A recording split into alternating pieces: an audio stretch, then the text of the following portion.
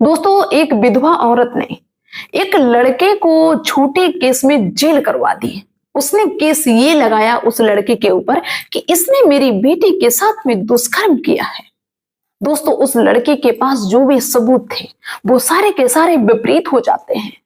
कहते नहीं कि जब इंसान के पास पैसा हो तो पुलिस भी बिक जाती है, डॉक्टर भी बिक जाते हैं, इसके बाद में वकील भी बिक जाते हैं। जो परिस्थितियां हमारे अनुकूल होती हैं वो प्रतिकूल हो जाती हैं। ऐसा ही हुआ इस कहानी में। दोस्तों, इस औरत ने छोटा केस लगा दिया उस लड़के के ऊपर और उस लड़के को जब जेल हो जाती है और 4 साल की जेल वो लड़का काट भी लेता है।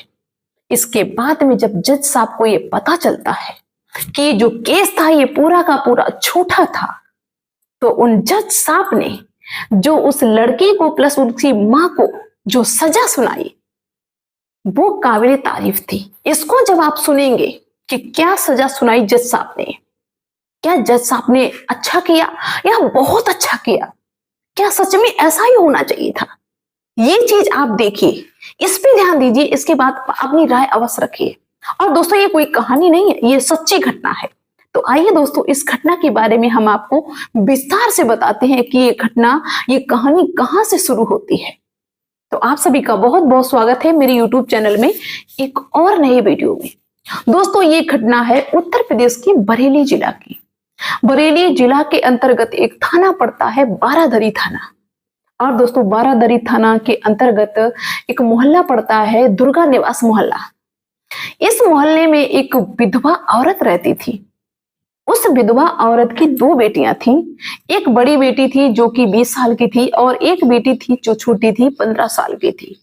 जो बड़ी बेटी थी वो झाके में काम करती थी और जहां पे वो काम करती थी वहां पे और भी सारे लोग काम करते थे।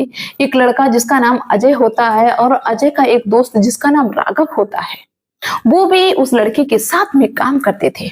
जब साथ में काम करते थे तो जान पहचान थी, दोस्ती थी। वो अक्सर उस विधवा औरत के घर पे आते जाते थे। किसी प्रकार की कोई टेंशन नहीं थी, कोई दिक्कत नहीं थी। लेकिन क्या होता है दोस्तों कि 2 सितंबर 2019, अब आप लोग ये मत चौंकिए कि ये तो बहुत पुरानी घटना है, अरे इसको छोड़ो, बात सुनिए पूरी। ये 2019 से शुरुआत होती है इस कहानी की और कल यानी 8 मई 2024 को ये फाइनल होता है। दोस्तों, ये जो घटना है ना, इसको सुन के आपको गुस्सा भी आएगा और हंसी भी आएगी, खुश भी होंगे कि हाँ ऐसा ही होना चाहिए था इनके साथ में, क्योंकि इस तरह के जो केस है ना आज के दौर में ज्यादा है। आप जिसको भी देखेंगे ना वही दुष्कर्म का मामला दर्ज करा देता है। कोई कहता कि मेरी बेटी के साथ में बलात्कार कर दिया, कोई कहता मेरी बहन के साथ में बलात्कार कर दिया। सोचते हैं कि इसको हम फंसवा देंगे, इसको हम जेल करवा देंगे, उसकी वजह से लोग झूठा केस लगा देते हैं। तो देखिए भाई, इस घटना को देखिए और दिमाग लगाइए कि जो गलत होता है ना इंसान, गलत के साथ में हमेशा गलत ही होता है, गलत का अंजाम जो है ना हमेशा गलत ही होता है। तो दोस्तों, क्या होता है कि 2 सितंबर 2019 को ये विधवा महिला उस बारादरी थाने में जाती है और वहां जाके ये जो मुकदमा दर्ज कराती है कि अजय नाम का एक लड़का आता था जो कि हमारी बेटी के साथ में काम करता था और सर हम 29 अगस्त को किसी काम से अपनी बड़ी बेटी के साथ घर से बाहर गए हुए थे और मेरी छोटी बेटी मेरे घर पे थी और वो लड़का आए मेरे घर पे, जो हमारी बड़ी बेटी के दोस्त थे जिसका नाम था अजय और राघव, वो मेरे घर पे आए और मेरी छोटी बेटी को किडनैप करके ले गए। मेरी बेटी का पता नहीं है, पुलिस वाले ध्यान नहीं देते हैं। जब ये महिला रोती है, चिल्लाती है, गिड़गिड़ाती, हाथ जोड़ती है कि साहब हम विधवा हैं, मेरा कोई नहीं है, कोई मेरा सहारा नहीं है, तो पुलिस वालों को दया आ जाती है मेरे भाई और वो मुकदमा दर्ज कर लेते हैं। जब अपराध संख्या 1029 के तहत 363 धारा जो कि अपहरण के अंतर्गत आती है ये लगाई जाती है। दोस्तों, जब ये अपहरण का केस हो जाता है, अपहरण का मुकदमा दर्ज हो जाता है, तो ये महिला तो अपने घर पे चली जाती है। इसके बाद में पुलिस सख्ती बरतने लगती है। जहां जहां भी उस लड़के का ठिकाना हो सकता था, जहां जहां वो जा सकता था, जो भी उसके अपने थे, जो अजय था, वहां पे पुलिस छापा मारती है, क्योंकि लड़की के अपहरण का केस है, बड़ा स्ट्रॉन्ग केस है, तो सब जगह पे छापा मारती है। इसके बाद में लड़के का कंटेंट नंबर है उसको सर्विलांस पे लेती है, बाकी जो भी उस लड़के के संपर्क में रहते हैं उन सबको वो खींच के लेके आती है। धीरे धीरे करके दोस्तों उस लड़के का, अजय का और उस लड़की का पता लग जाता है और ये दिल्ली में पकड़ लिए जाते हैं, खिंच के आते हैं। दोस्तों 164 के तहत मजिस्ट्रेट ने उस लड़की का बयान लिया तो उस लड़की ने कहा कि साहब हम घर पे अकेले थे, मेरी माँ और मेरी दीदी नहीं थी। ये दोनों आए और इन्होंने पता नहीं मुझे कौन सा नशीला पदार्थ सुंघा दिया जिसकी वजह से हम बेहोश हो गए और मुझे ये कैसे अपने साथ दिल्ली ले गए मुझे बिल्कुल भी पता नहीं चला।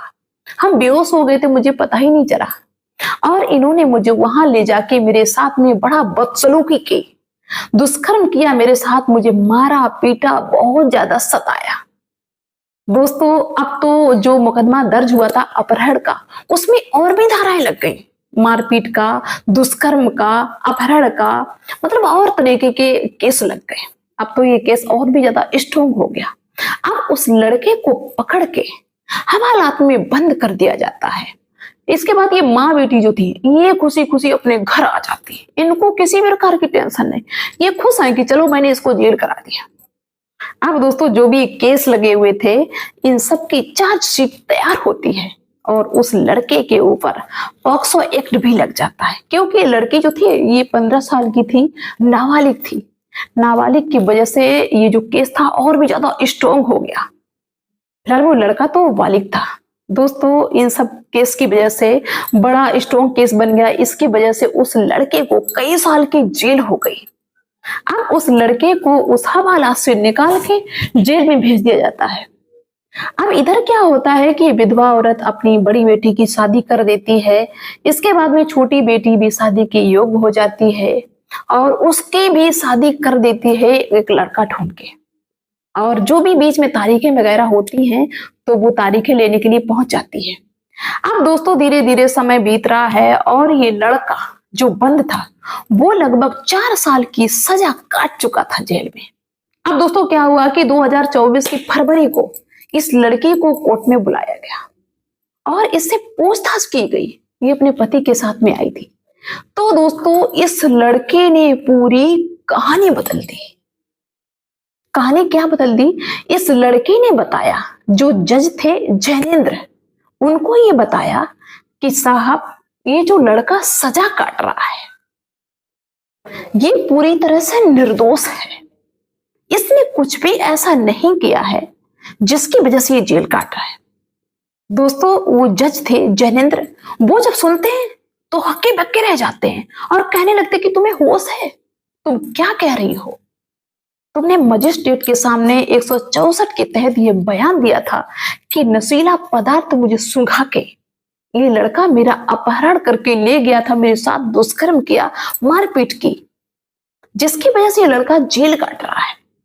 और आज तुम ये कह रही हो जब वो 4 साल 6 महीने की जेल काट चुका है तब तुम ये कह रही हो कि ये निर्दोष है। तो वो लड़की कहती है कि साहब हम तो उसी दिन सच बता देते, लेकिन मेरी माँ का बहुत ज्यादा प्रेशर था मेरे ऊपर। मेरी माँ ने मेरे ऊपर बहुत ज्यादा सख्ती कर दी थी कि तुमको वही बोलना है जो हम बता रहे हैं। दोस्तों जब जज साहब ये जान लेते हैं अच्छी तरीके से कि हाँ ये सच में लड़की सच बोल रही है तो वो सोचते हैं कि इतनी बड़ी गड़बड़ी कैसे हो गई। बताओ एक निर्दोष सजा काट रहा है 4 साल 6 महीने की, इतना दिन बहुत होते हैं भाई। अब तुमको ये जो 4 साल 6 महीने की जेल उसने काटी है, अब तुमको भी इतने समय के लिए जेल काटनी पड़ेगी, जेल जाना पड़ेगा। वो लड़का तो निकल आएगा क्योंकि वो निर्दोष है, लेकिन तुमको जेल जाना पड़ेगा और तुम्हारी माँ के ऊपर 2 लाख का जुर्माना लगेगा, माँ के ऊपर भी मुकदमा दर्ज होगा। दोस्तों इतनी बात जब सुनते हैं सब तो हैरान रह जाते हैं।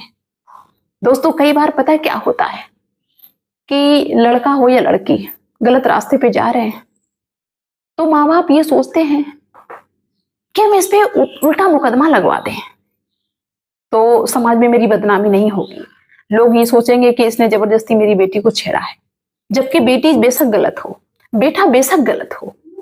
और पुलिस वालों को भी कभी ऐसा नहीं करना चाहिए कि पैसे के चक्कर में किसी निर्दोष के ऊपर झूठा मुकदमा लगा दे। ना ही डॉक्टरों को गलत रिपोर्ट देनी चाहिए क्योंकि सबको भाई भगवान के घर पे जाना है, लेकिन फिर भी लोग चंद पैसों के लिए गलत काम कर जाते हैं। अब आप सभी लोग ये बताइए कि इस जज ने अच्छा किया कि नहीं किया। जज भी चाहते तो इस केस को यूं ही रफा दफा कर देते, लेकिन उन्होंने उस लड़की को सजा दी उतने ही साल की जितने साल उस लड़के ने निर्दोष होकर सजा काटी। कम से कम उस लड़के को थोड़ी शांति तो मिलेगी, उसके दिल में भी तसल्ली होगी। इससे पहले कुछ भी भाई करने से पहले 1000 बार सोचो कि तुम क्या कर रहे हो। लोग निर्दोष को फंसा देते हैं और इस तरह के केस बहुत होते हैं। हर थाने में आप जाके देखो कि इस तरह के 8-10 केस जरूर होंगे, जिनमें से 1-2 तो सही होंगे, बाकी सारे के सारे झूठे होंगे। लोग इसमें जीतते हैं। लोगों को लगता है कि ये हम केस लगवा देंगे, इसकी वजह से इसकी पूरी जिंदगी बर्बाद हो जाएगी। तो दोस्तों, आप लोग अपनी राय अवश्य रखना कि जज साहब ने अच्छा किया या लोगों को ऐसा करना चाहिए कि नहीं करना चाहिए। उसकी माँ को ऐसा करना चाहिए था, नहीं करना चाहिए था ना। किसी के भविष्य के साथ में खिलवाड़ करो, अब वो पता नहीं कब तक जेल में बंद रहता। वो तो उस लड़की ने कबूल दिया तो वो बात खुल भी गई। तो चलिए दोस्तों, फिर से मिलते हैं ऐसी किसी घटना के साथ में। और जो लोग मुझे पहली बार देख रहे हैं वो मेरे चैनल को सब्सक्राइब कर लें और वीडियो को लाइक कर देना। तो मिलते हैं नेक्स्ट वीडियो में, तब तक के लिए बाय दोस्तों।